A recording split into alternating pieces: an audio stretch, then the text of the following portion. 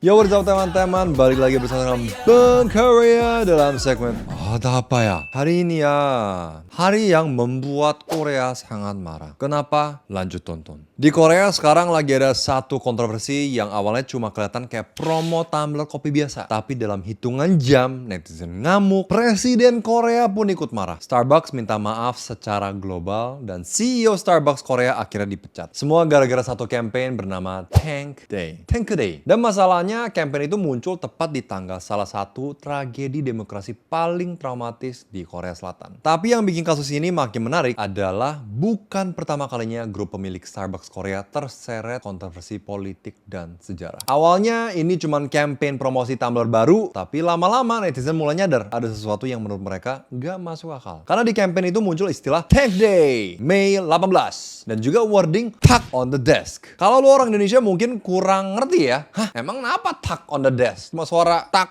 ya, pukulan meja kan ya. Tapi buat banyak orang Korea, dua frase ini langsung mengingatkan mereka ke masa paling kelam dalam sejarah demokrasi Korea Selatan. Dan dari situ semuanya mulai boom. Jadi pertama kita harus ngerti dulu konteks campaignnya. Starbucks Korea waktu itu lagi promosi seri tumbler baru mereka yang namanya literally Tank Series ya, Tank Series, series tank. Secara literal, tank di sini maksudnya tumbler dengan kapasitas besar, ya. Kayak tangki yang muat banyak kopi. Menurut penjelasan perusahaan, campaign itu sebenarnya bagian dari promosi produk yang berjalan dari tanggal 15 sampai 26 Mei. Jadi dari sisi internal perusahaan, kemungkinan besar mereka nganggap ini cuma nama produk biasa. Masalahnya, mereka menjalankan promo Tank Day tepat tanggal 18 Mei. Dan di Korea Selatan, tanggal itu bukan tanggal biasa. 18 Mei adalah hari peringatan Gwangju Uprising, pemberontakan Gwangju, atau yang biasa disebut Gwangju Democratization Movement. Buat yang belum familiar, gue jelasin secara simpel ya. Tahun 1980, Korea Selatan masih berada di bawah pemerintahan militer. Warga dan mahasiswa di kota Gwangju melakukan demonstrasi pro-demokrasi menentang pemerintahan militer dan martial law. Dan pemerintah merespons dengan kekerasan brutal. Tentara diturunkan, kota diisolasi, dan ratusan warga sipil dilaporkan kehilangan nyawa. Belakangan, investigasi juga menemukan adanya kasus kekerasan seksual dan penyiksaan oleh militer pada masa itu. Sampai hari ini, Gwangju dianggap salah satu tragedi nasional paling penting dalam sejarah Korea modern. Tapi sekaligus juga simbol perjuangan demokrasi Korea Selatan. Karena gerakan itu akhirnya menjadi titik awal gelombang perjuangan demokrasi yang terus berkembang sampai rezim militer jatuh beberapa tahun kemudian. Makanya setiap tanggal 18 Mei, Korea selalu memperingati tragedi ini. Dan di konteks itu, kata Tank Day langsung bikin banyak orang kaget. Karena tank militer punya asosiasi kuat dengan penumpasan demonstrasi pada era tersebut. Jadi buat banyak netizen Korea, kombinasi tank 18 Mei itu terasa sangat sensitif untuk dianggap kebetulan biasa. Nah, kalau cuma Tank Day aja, mungkin kontroversinya masih bisa lebih kecil lah ya. Tapi orang kemudian menemukan frase lain di campaign itu, yaitu tuck on the desk. Dan ini bikin situasinya makin parah. Karena kata tuck di Korea punya asosiasi sejarah yang sangat spesifik. Frase ini mengingatkan publik pada kasus kematian aktivis mahasiswa Park Jong-chol tahun 1987. Waktu itu, Korea masih berada di bawah tekanan rezim otoriter. Park Jong-chol meninggal saat diinterogasi polisi. Dan yang bikin masyarakat marah besar adalah penjelasan polisi saat itu. 조성아리 책상을 탁 치니 하고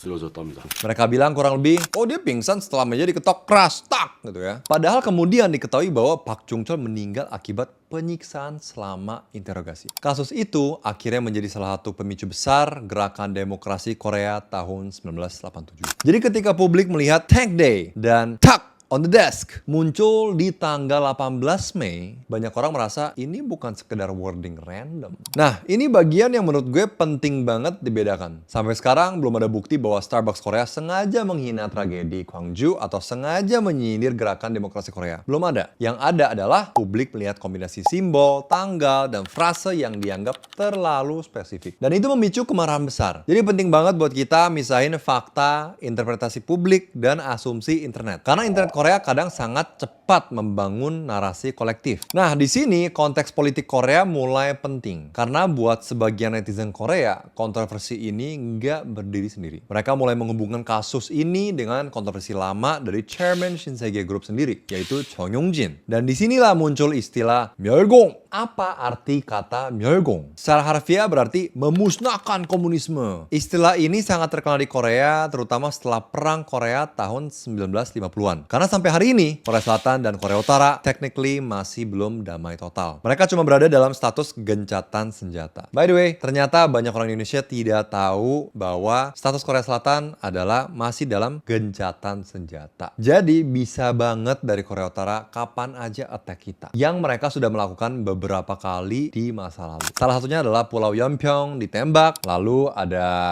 kapal perang juga ditembak oleh kapal perang Korea Utara, dan ada beberapa kejadian juga di mana Korea Utara menyerang Korea Selatan. Jadi Korea Selatan bisa dibilang tidak dalam status completely damai ya. Jadi selama era perang dingin dan pemerintahan militer Korea Selatan, pendidikan anti komunis sangat-sangat kuat. Generasi tua Korea tumbuh dengan slogan seperti Pangong anti komunis dan Myeolgong hancurkan komunisme. Dulu ini dianggap slogan patriotik biasa, tapi di Korea modern maknanya jauh lebih kompleks, apalagi dengan partai liberal sangat-sangat membenci kata ini ya. Dan dari partai liberal ya di Korea sekarang, kata Myeolgong sering diasosiasikan dengan politik konservatif garis keras, era diktator militer, propaganda anti kiri, dan budaya menyerang melawan politik sebagai komunis. Politik Korea itu sangat terbelah antara kubu konservatif dan kubu liberal sekarang. Kubu konservatif biasanya lebih keras terhadap Korea Utara, lebih anti komunis, dan sangat pro aliansi militer dengan Amerika. Sedangkan kubu liberal atau progresif biasanya lebih terbuka terhadap dialog dengan Korea Utara, lebih kritis terhadap era diktator militer, dan lebih sensitif terhadap isu demokrasi sipil. Nah, selama bertahun-tahun kubu progresif sering diserang dengan label seperti Palgengi, ya artinya komunis, atau Jongbuk, artinya pro Korea Utara. Makanya buat banyak orang liberal di Korea, kata Myeolgong sekarang bukan lagi sekedar saya nggak suka komunisme, tapi sudah terasa seperti simbol politik konservatif. Ya sebenarnya nggak ada salahnya menurut gue ya, tapi ya sangat tidak disukai oleh partai sebelah. Dan ini penting karena Chairman Shinsegae Jong Yong-jin memang pernah beberapa kali bikin kontroversi politik online. Sekitar tahun 2021-2022, dia aktif banget di Instagram dan sering upload hashtag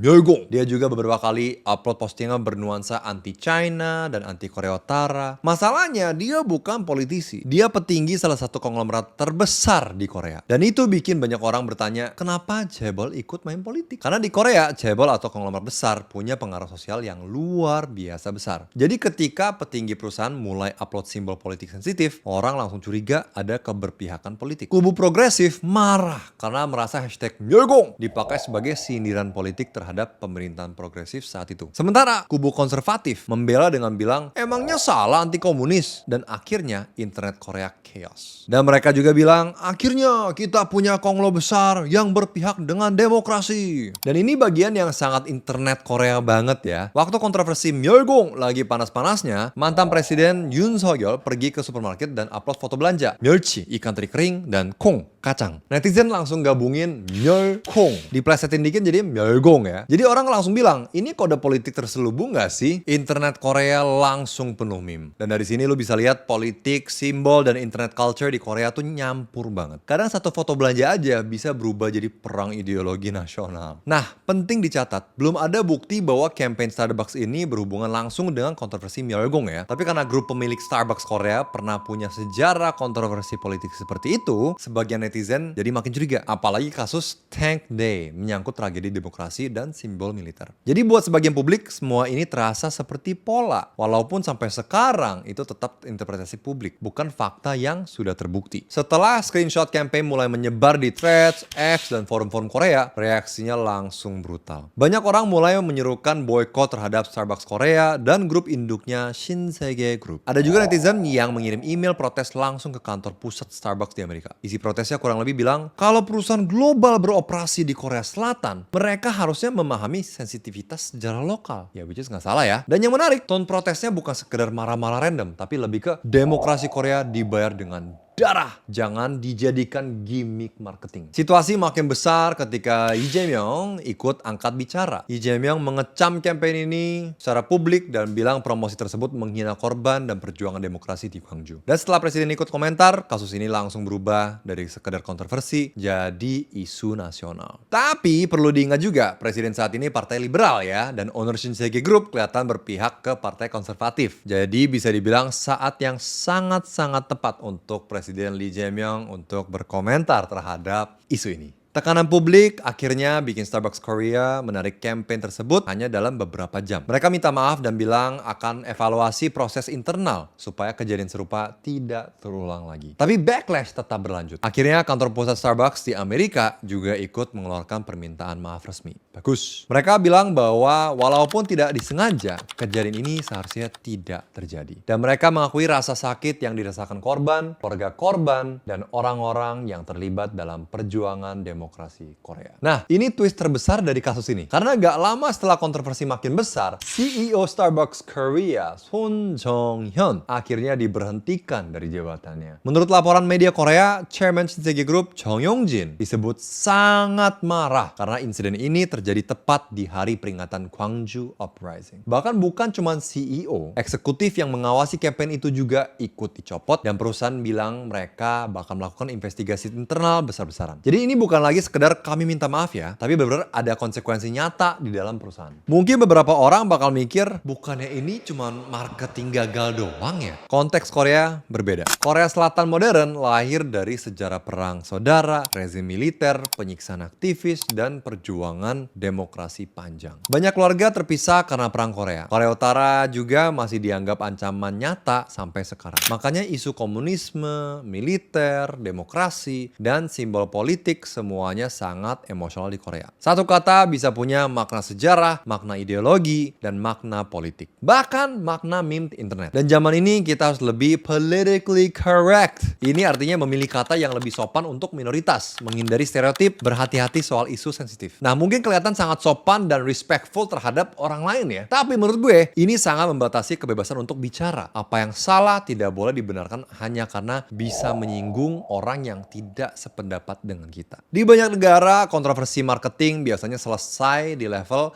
hapus posting, minta maaf, selesai. Tapi di Korea Selatan, sering ada tuntutan bahwa harus ada orang yang bertanggung jawab secara moral. Dan bentuk tanggung jawab itu sering berupa pengunduran diri, pemecatan, atau reshuffle internal. Karena budaya korporat Korea masih sangat hierarkis, semakin tinggi posisi lu, semakin besar ekspektasi bahwa lu harus take responsibility kalau ada skandal besar. Ambil pertanggungjawaban. Walaupun di sisi lain, ada juga yang mempertanyakan apakah semua ini memang kesalahan personal CEO? Karena belum ada bukti bahwa CEO sendiri yang menulis campaign tersebut. Jadi sebagian orang merasa pemecatan ini juga bentuk corporate sacrifice untuk meredam kemarahan publik. Di Korea, tanggal 18 Mei dan simbol-simbol tertentu punya beban emosional yang sangat-sangat besar. Karena buat banyak orang Korea, itu bukan sekedar sejarah lama, tapi bagian dari identitas demokrasi modern kita. Dan menurut gue, kasus ini juga nunjukin sesuatu yang unik tentang Korea. Di Korea, sejarah belum pernah benar-benar selesai. Trauma perang, komunisme, diktator militer, perjuangan demokrasi, sampai peperangan sipil yaitu Korea Utara dan Korea Selatan sebenarnya masih belum selesai. Semuanya masih hidup di politik, budaya internet, bahkan marketing. Di sisi lain, internet Korea juga punya budaya outrage yang sangat cepat dan sangat intens. Sampai gue inget tadi PA gue bilang, wah budaya netizen Korea sangat sadis ya. Menurut gue kasus ini jadi pengingat penting bahwa global company sekarang nggak cukup cuma ngerti bahasa sebuah negara. Mereka harus lebih peka ya dengan memori kolektif dan sensitivitas sejarah masyarakatnya. Karena satu kata yang kelihatannya harmless di satu tempat bisa punya arti yang sangat berbeda di tempat lain. Yang jelas sekarang kasus ini sudah bukan cuma soal tumbler kopi, tapi berubah jadi diskusi besar soal sejarah, demokrasi, corporate responsibility, dan sensitivitas budaya di Korea Selatan. And honestly, ini salah satu contoh paling ekstrim gimana satu campaign marketing bisa berubah jadi krisis nasional hanya dalam beberapa jam. Kalau menurut lo pada gimana? Apakah Starbucks memang terlalu tidak peka terhadap sejarah Korea atau publik Korea terlalu jauh membaca makna di balik campaign ini? Dan apakah pemecatan CEO memang langkah yang tepat? Kalau menurut gue nih, mungkin saja ya, tim marketing pikir ini akan menjadi hari yang pas untuk keluarin event itu dengan slogan itu. Jadi lebih sebagai jokes ya. Karena kalau kita nonton adegan itu dari film 1987, itu pun gue jadi hodusum. Hodusum itu kayak ketawa nggak percaya. Hah? Gitu loh. Lu pukul meja dan orangnya jatuh. Yang tadinya mau dijadiin sesuatu yang lucu dari quotes-nya itu sendiri, jadinya malah bikin satu negara jadi teringat satu masa itu. Anyways, tulis pendapat lu pada di komentar. Karena kasus ini nunjukin kalau di Korea, sejarah itu bukan sesuatu yang udah lewat. Jangan lupa like, subscribe, dan comment down below what you guys think untuk mendapatkan cerita dan berita yang terbaru dari Korea oleh Bung Korea sendiri. Terima kasih sudah nonton sampai sini. Annyeong! Apa kata dunia?